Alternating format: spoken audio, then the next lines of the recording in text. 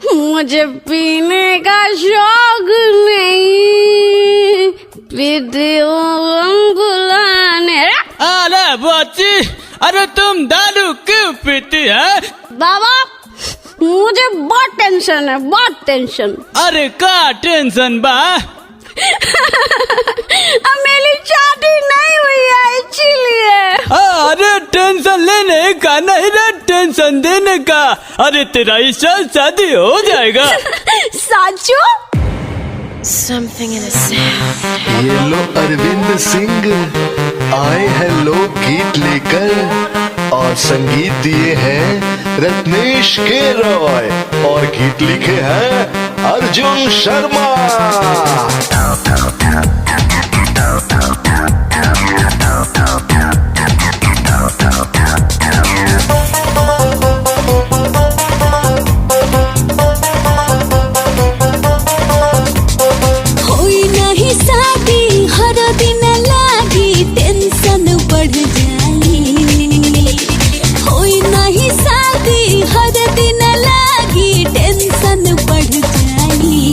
पलंग पे मरद ना मिली तो मर जाई,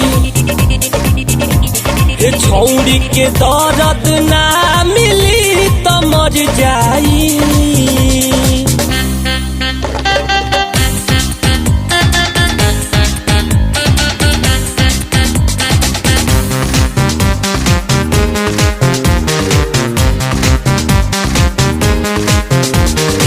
छुए पसीना भेज सलवार हो, खोजता देहिया एक प्यार हो। चलो अकेला में बिना डुला दी, बिना बियाह के टावर हिला दी। प्यार में पागल पिया इनन की कुछ कर जाई, प्यार में पागल पिया इनन की कुछ कर जाई। पलंग पे मरद ना मिली तो मर जाई, छौड़ी के दर्द ना मिली तो मर जाई। तेरी जवानी गोरी आ मैं खिला दूं, प्यार का जाम तुझे आ मैं पिला दूं, बाहों में भर के तुझे आज मैं प्यार दूं। जिंदगी सवार दूं तेरी, जिंदगी सवार दूं, जिंदगी सवार दूं तेरी, आज मैं प्यार दूं।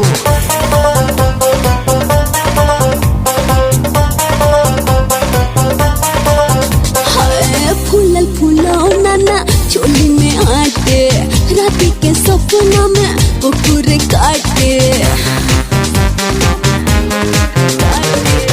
एक और जवानी देता एकरे के गाड़ी, हौला धोल बटे एकरा बीमारी। मन कर दे पर डाली पेट्रोल आगे में जर जाई, मन कर दे पर डाली पेट्रोल आगे में जर जाई। पलंग पे मरद ना मिली तो मर जाई, छौड़ी के दर्द ना मिली तो मर जाई।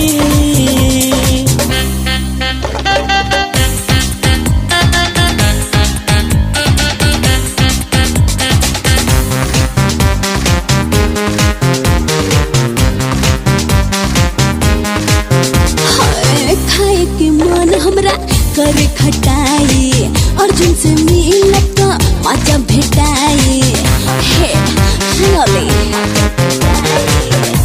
के आपन बनल तू राजा, महल में रही हा लुटी हम आजा। कहिली खुशबू सुना ए अरविंद गाड़ी लड़ जाई, कहिली खुशबू सुना ए अरविंद गाड़ी लड़ जाई। पलंग पे मरद ना मिली तो मर जाई, छौड़ी के दर्द ना मिली तो मर जाई। होई नहीं शादी हर दिन लागी टेंशन बढ़ जाई, होई नहीं शादी हर दिन लागी टेंशन बढ़ जाई। पलंग पे मरद ना मिली तो मर जाई हे छौड़ी के दर्द ना मिली तो मर जाई